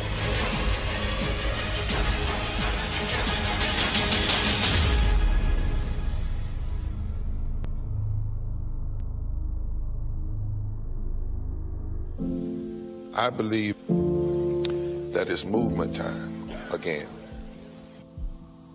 In America today, the economy is not working for working people. The poor and the needy are being abused. You are the victims of power, and this is the abuse of economic power. I'm 23 years old. I work 3 jobs. I work 7 days a week. No days off. They're paying people pennies on the dollar compared to what they profit, and it is time for this to end. Essential workers have been showing up to work, feeding us, caring for us, delivering goods to us throughout this entire pandemic, and they've been doing it on a measly $7.25 minimum wage. The highest check I ever got was literally $291. I can't take it no more. You know, the fight for 15 is a lot more than about $15 an hour. This is about a fight for your dignity. We have got to recognize that working people deserve livable wages. And it's long past time for this nation to go to 15 so that moms and dads don't have to choose between asthma inhalers and rent. I'm halfway homeless. The main reason that people end up in their cars is because income does not match housing cost. If I could just only work one job, I could have more time with them. It is time for the owners of Walmart, McDonald's, Dollar General, and other large corporations to get off welfare and pay their workers a living wage. And if you really want to tackle racial equity, you have to raise the minimum wage. We're not just fighting for our families, we're fighting for yours too. We need this. I'm going to fight for it till we get it. I'm not going to give up. We just need all workers to stand up as one nation and just fight together. Families are relying on these salaries, and they must be paid at a minimum $15 an hour. $15 a minimum. Anyone should be making this to be able to stay out of poverty. I can't take it no more. I'm doing this for not only me, but for everybody. We need 15 right now.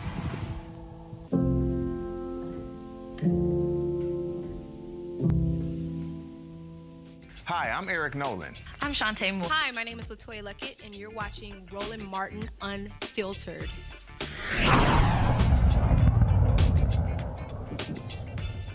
After Republicans and Joe blocked Neera Tanden to head the for President Joe Biden, they plan on putting up Shalonda Young. Now, she was going to be the deputy director of the White House Office of Management and Budget, but now they are pushing her for the top, including a statement from House Speaker Nancy, Majority Leader Steny Hoyer, and Jim Clyburn. Now, again, Tandon lost the support of a number of folks through her nomination. For 4 years, Young has worked on the staff of the U.S. House Committee on Appropriations, the last 4, as its staff director. She was the first to hold that position. And we'll let you know what happens next. Now, they're also throwing darts and trying to stop a couple of to join the Department of Justice, Kristen Clark and Vanita Gupta. We've had both of them on the show. Vanita Gupta, former Leadership Conference on Civil Rights, and of course, Kristen at the Lawyers Committee for Civil Rights. Under a group of anti-Trump conservatives, they're launching a $1 million campaign in support of Gupta nomination in counterattacks from hard-right Republicans who are painting her as a radical. Yesterday, the NAACP Defense Fund also came out in support.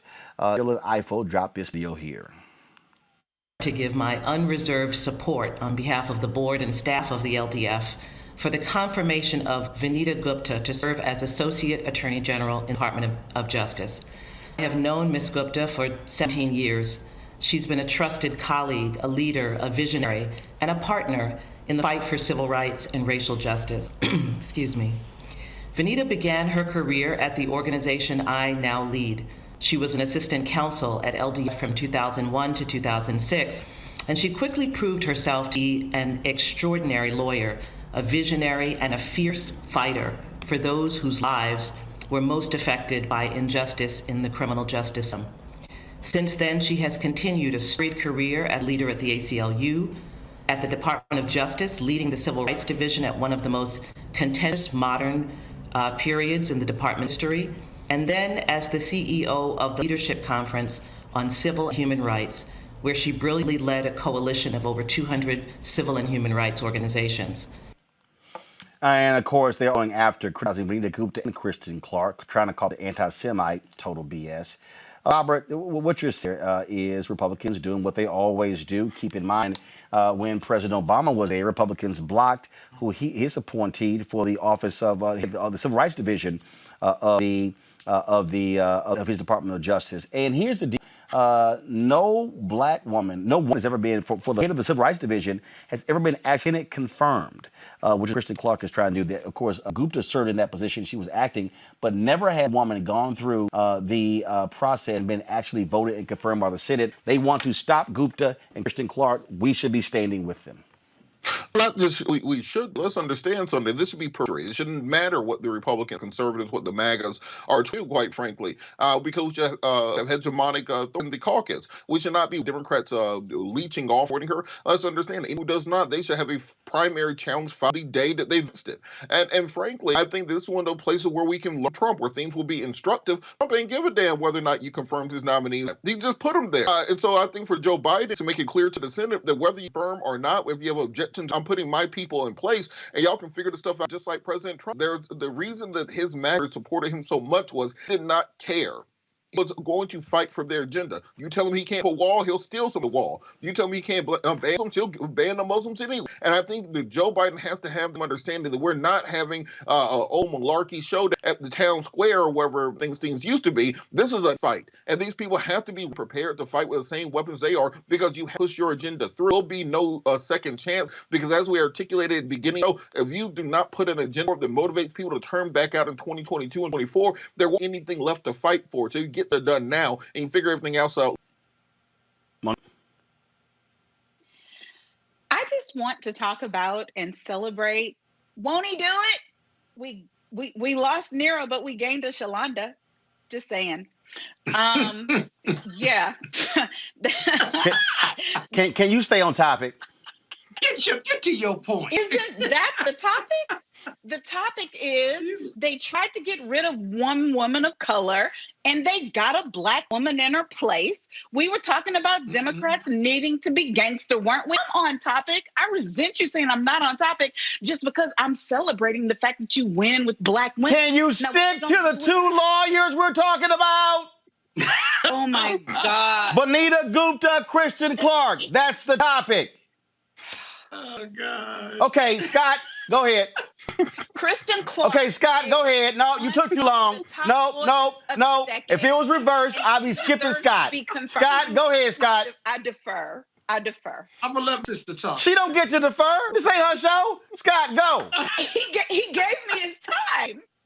That never happens, Roland. All right, criminals stole billions in COVID-19 unemployment benefits.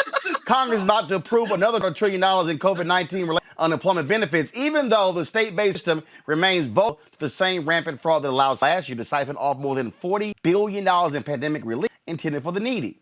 Cybercrime is a huge issue, and look, bottom line, they put the rules in place to fix this problem because, again, dollars ain't no joke. Cybercrime, including some ones made their living exploiting weak victims, one that as Congress prepares to pay another massive fusion of cash, have gotten smarter. Speaking of that, Democrats also now are lowering the threshold COVID checks. What the hell are they doing, Monique? 17 million people not being affected. You passed it. Why are you lowering the threshold? Right. No, they passed it in the House. They haven't passed it in the Senate. Okay, they passed it in the House, but why are you lowering the threshold? First of all, President Biden promised $2,000 checks. Now they $1,400. No, Roland. 600 we already got. Those of us, those checks, whoever. No, hold up. He promised 2,000 himself, not some other. That's 600. No. It was all plus the 1,400 to make the 2,000. Why are they lowering the threshold? Why lower the threshold? Obviously, because they are in trouble on getting this legislation passed. And so they're trying to make sure that the people who get this money aren't people like Scott, who shouldn't be getting $1,400. First of all, let's be real clear. The threshold that where it's at, Scott way beyond that bracket. So he wasn't getting it anyway. Scott wasn't getting it. I wasn't getting it. Robert wasn't getting it. Hell, Monique, you wasn't getting it. Check. I wasn't getting it. Robert, go ahead. Robert, go ahead. What do you think about lowering the threshold? The reason that lowering the threshold makes absolutely no sense is that, for example, if a defense contractor comes to the government and says F-35 is going to cost $100 billion, and then 10 years later they say, my bad, it's $1 trillion, nobody says anything. We are quibbling over whether you're going to have $600 now and $1,400 now and $2,000 later. Let's understand how rigged this is against the common working man in this country. Wasn't that $1.5 trillion tax cut 3 years ago? Ain't nobody say, well, does it have to be $1.5 trillion? What about $1.49 trillion? No, they just and they keep going, and we start fighting as if we are winning the battle. Remember what we said earlier show. The Senate Democrats represent 40 million more Senate Republicans. They have a popular vote, and every election for the last 30 years won in 2004. The manifest of the American people behind economic stimulus. If you need a further example, to the economic crash of 2008-2009, the Great Recession. We saw in did austerity measures, spending. They decided to retrench the government, and it slowed down economic recovery. And in fact, things like Greece and Spain, which were some of the most dear nations, have having to be bailed out by other European countries because they could not keep up with the downturn of the economy. Alternatively, in the U.S., we had cash for clunkers. We had the economic programs that the economy forward because they're under Keynes economic theory, as opposed to the school of austerity, the Adam Smith wing of economics. There is no amount of stimulus that will be too much to off a recession. Going back to the origins of those theories, look at the New in response to the Great Depression. The reason the New Deal was here was because it wasn't big enough. You need the economic size of World War II to knock the entire out of a global recession. So this idea to somehow lowering the threshold from 1,000 to 80,000 is saving us money. It is negating part of the economic recovery that we go through. And frankly, Democrats know this. They've argued this and there's no reason for them to be backing down. Because guess what? Not the majority. Most of the people in the country, the Republicans, are a minority who are bowing to a gold CPAC. Just govern like you're act like you want action, for Christ's sake. Scott? The Democrats need to be in therapy. They do. They have an inferiority complex, right? Everything that Robert says is correct. You got the people behind you. Let the Republicans vote no for a higher package. Let Joe Manchin and his people vote no when the people are suffering and they need to get this money out at $1.9+ trillion. Don't bid against yourself and say I'm gonna lower the threshold when you don't even know what the vote's gonna be. Let the Republicans fail the American people and then hanging around their neck an anchor. Don't give up the ghost before you even take a vote. Go to therapy, but stand strong. That's my message to the Democrats on the House and Senate side. Monique, final comment? There's this thing, the whip, and what they do is count votes. right? And so the reason why they're doing this, Scott, I've been with you all night, but now you're going too far, is because they know what they have and what they don't have. They do know what the vote is, and they do know what they need, and they do know that we have to whip them into shape. You said a whip. We whip have those to get this package.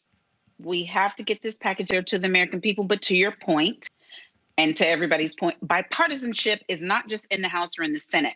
The nation at large does, in a bipartisan manner, support this legislation. So the White House is right in saying that it is bipartisan. And so these GOP legislators will have to answer to their own constituencies when, not if, but when they don't vote for it. But I do understand that there is a need to negotiate in order for this to come out. And I know 2, 3, 5, 20, maybe 100 small businesses that will immediately receive benefits once the legislation is passed. Okay. Not But look, this ahead is of my the game, this though. my only look. Not ahead of the game, Monique. But look, this Get is my what you issue. can get and then negotiate something down. Scott, go. Right. First of all, the Democrats start negotiating down from the beginning. But go ahead, Robert.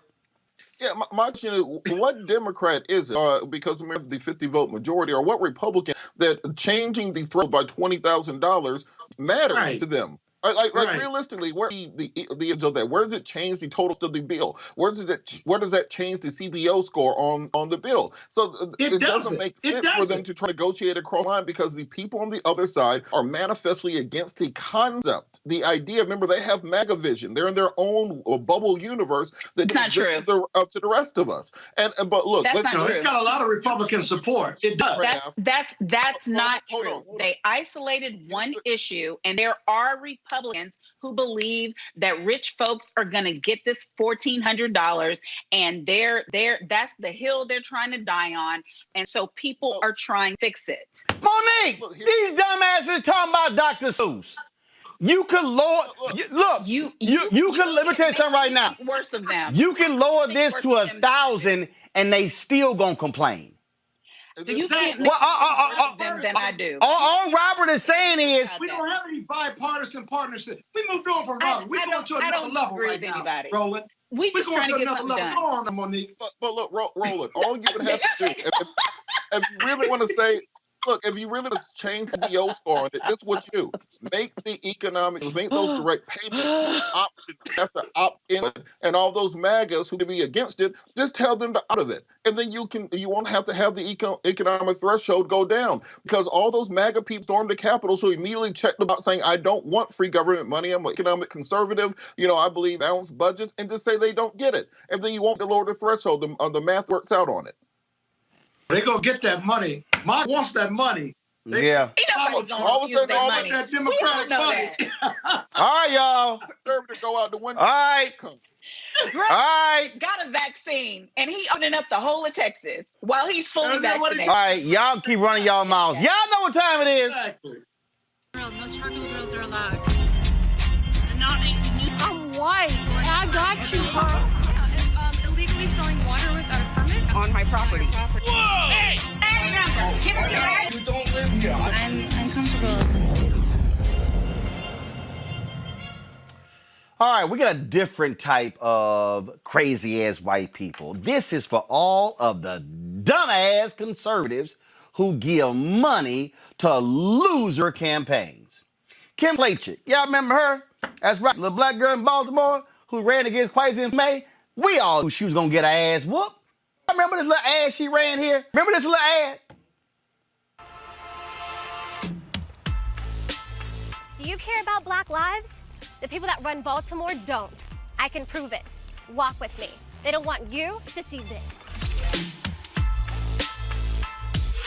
All right, Kim ran that ad. Donald Trump retweeted it. All Republicans like, yeah, we got us one. And let's just be clear. I've had Kim on the show. Kim she ain't the brightest bulb in the room.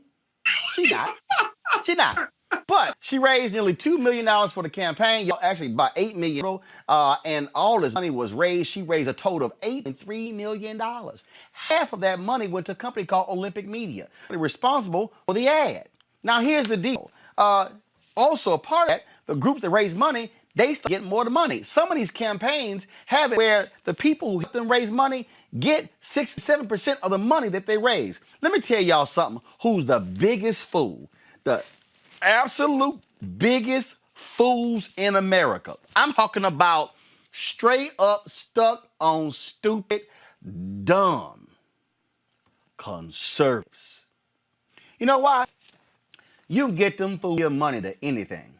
That fool Donald Trump got his ass whooped in the election. These fools gave that man more than $200 million to his PAC when he was talking about give to us for legal defense. He kept losing in the courts. Rudy is charging $20,000 a day. Them dumbasses kept giving money. Now, she raised $8.3 million against Kwame Mfume. Let me tell you something right now. Kim Klacik could have got a body change, and she could have went out and had her body change to look like Madea, or look like Harry, or hell, look like Angela Bassett in Black Panther. Her ass still would have lost to Kwame Mfume.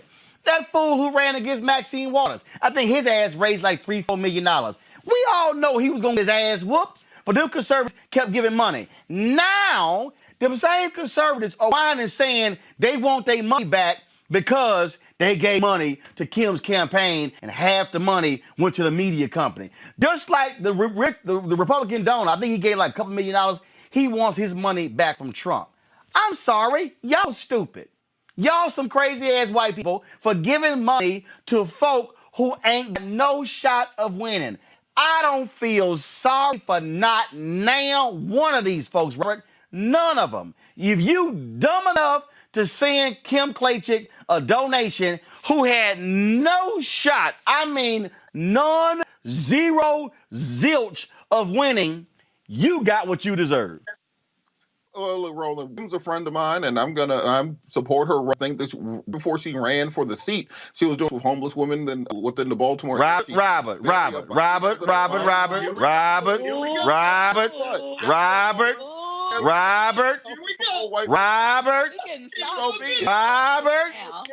homegirl. Robert, hold up. I'm the one who put on TV. Yeah. I was next to her. Hold up, Robert. Guess why she stopped coming on?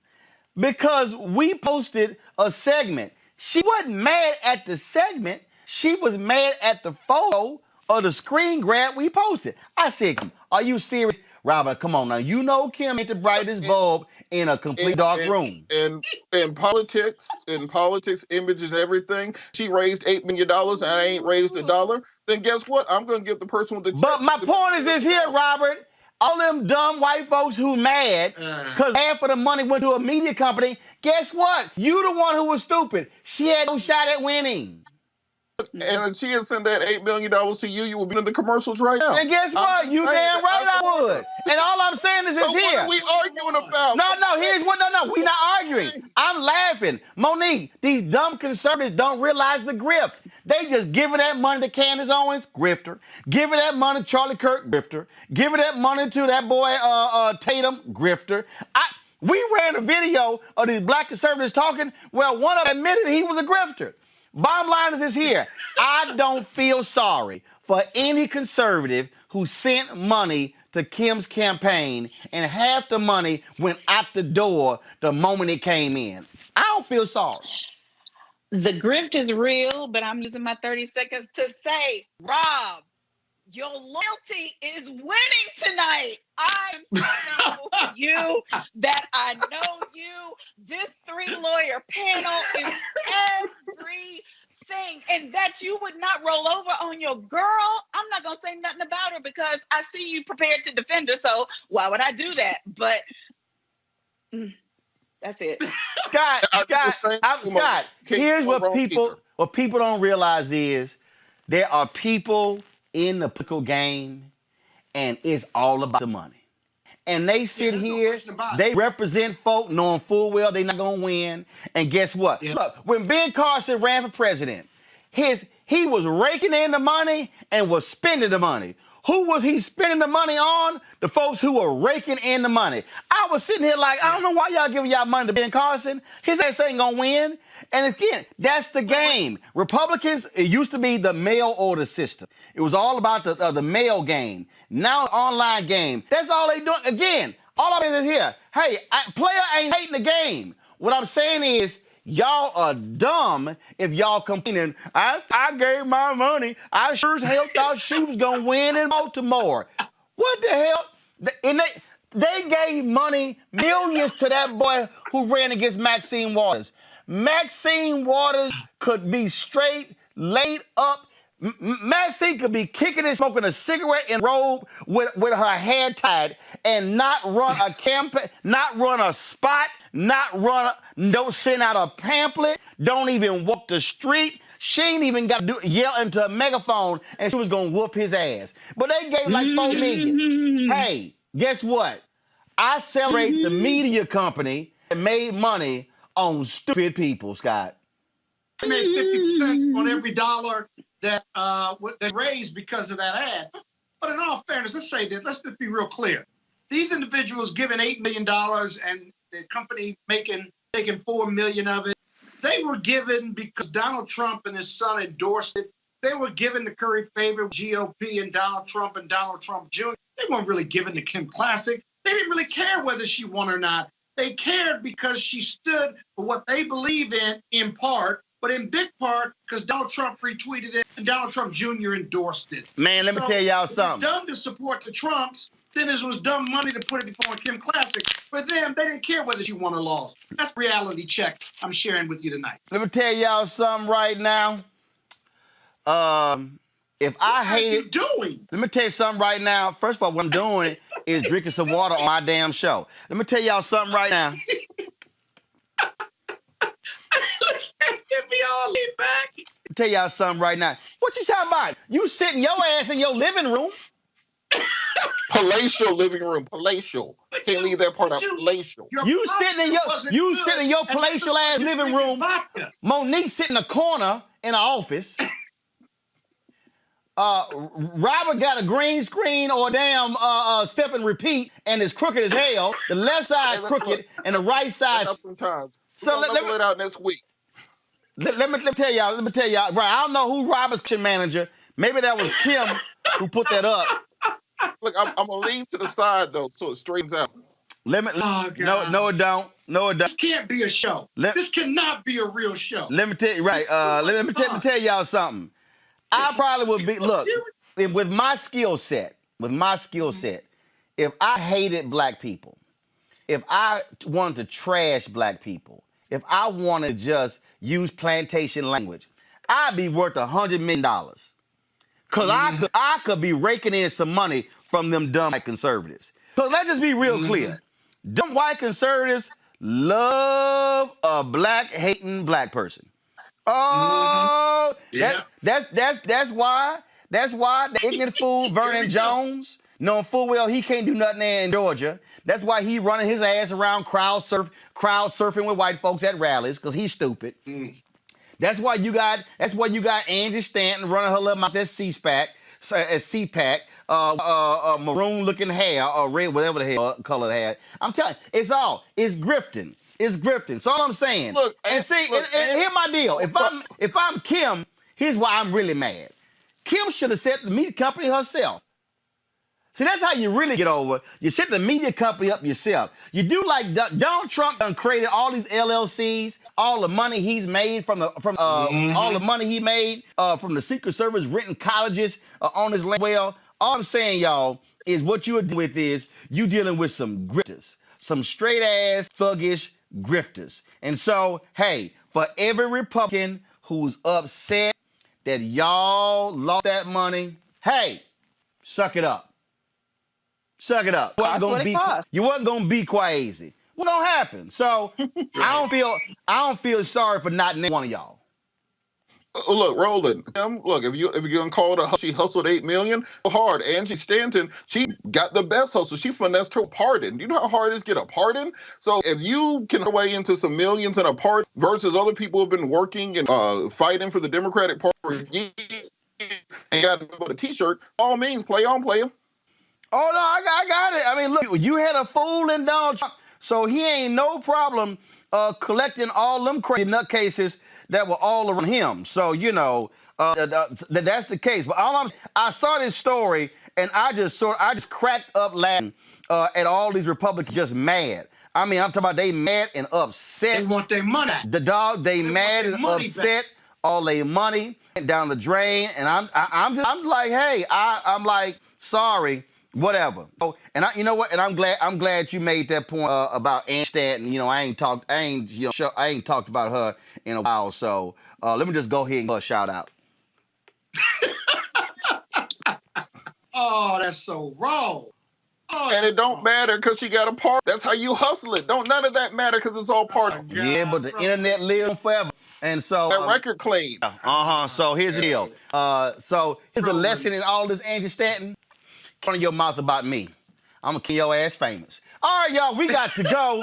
If y'all want to support Roland Martin Unfiltered, so we can continue to show photos like that of Angie Stanton, please do so by giving us a Cash App, $RM Unfiltered, PayPal.me/R Martin Unfiltered, Venmo.com/RM Unfiltered, Zelle, Roland at RolandMartin.com, and Roland at RolandMartinUnfiltered. Leave a shout out. We got some checks mail.